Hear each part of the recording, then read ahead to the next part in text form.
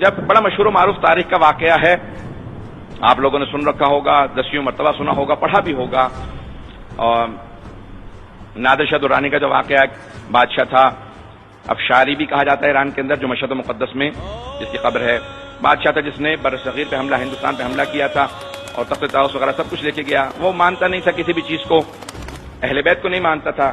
امام رضا علیہ السلام کے اس نے صرف روضے کو دیکھا تھا. جب دیکھا تو اس نے دیکھنے کے بعد کہا یہ کس کا روضہ ہے؟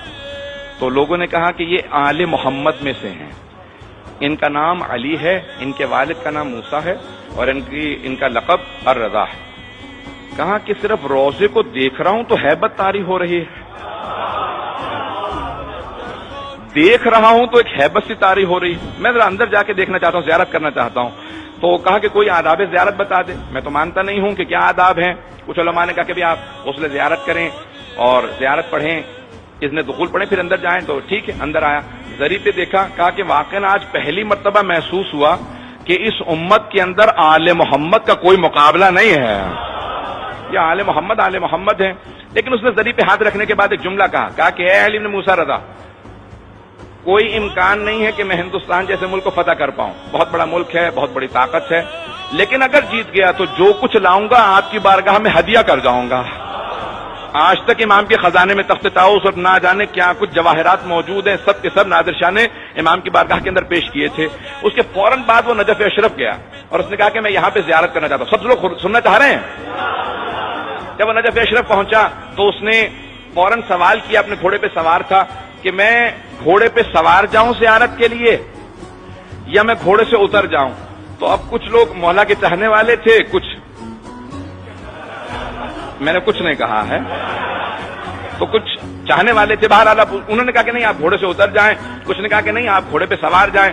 تو کہا کہ نہیں، اختلاف کیوں ہے آپ لوگوں میں؟ تو ایک نے کہا کہ بھی وہ بادشاہ تھے، وہ اپنے زمانے میں خلیفہ تھے، وہ انتقال کر گئے ہیں، شہید ہو گئے ہیں، اب آپ ابھی بھی بادشاہ ہیں تو گھوڑے پہ سوار جاؤ. اس نے کہا نہیں، اب جب اختلاف ہو گیا تو قرآن کھولو، جو قرآن کی فعال مجھے بتائے گی تفاعل بالقرآن کر لیا جائے، قرآن سے استخارہ کر لیا جائے، جو قرآن کہے گا اسی پہ عمل کروں گا.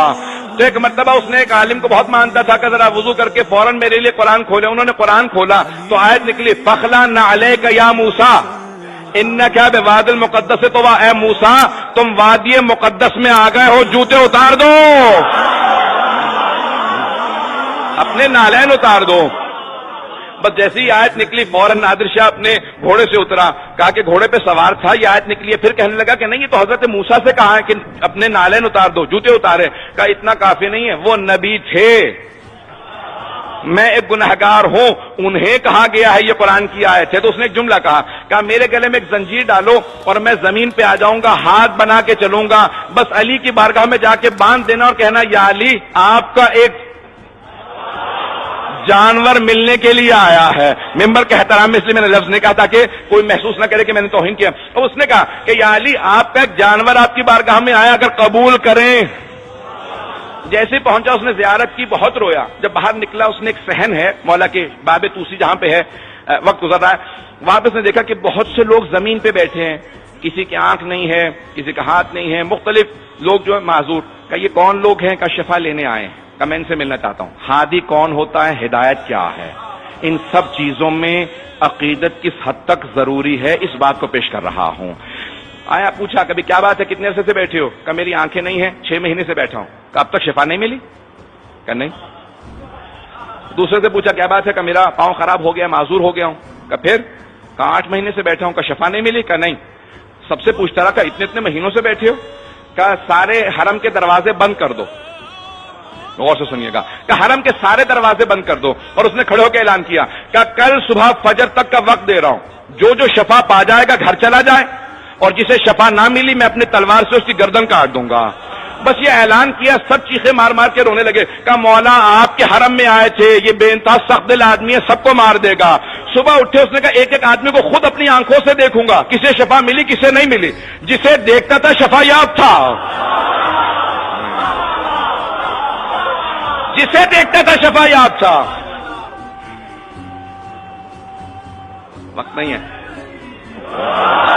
وقت نہیں ہے جانے گرامی کا جسے دیکھتا تھا شفایاب تھا. جو بات پیش کرنا چاہتا ہوں کہ تیری آنکھیں کیسے آ گئیں؟ کہ مجھے نہیں معلوم, 6 مہینے سے بیٹھا تھا, آج رات آنکھیں ملی. سب شفایاب ہو گئے, سب چلے گئے. اس کے لوگوں نے پوچھا یہ سب شفایاب کیسے ہو گئے؟ اتنے مہینوں سے بیٹھے تھے. کہ علی دینا نہیں بھولے تھے, یہ مانگنا بھول گئے تھے.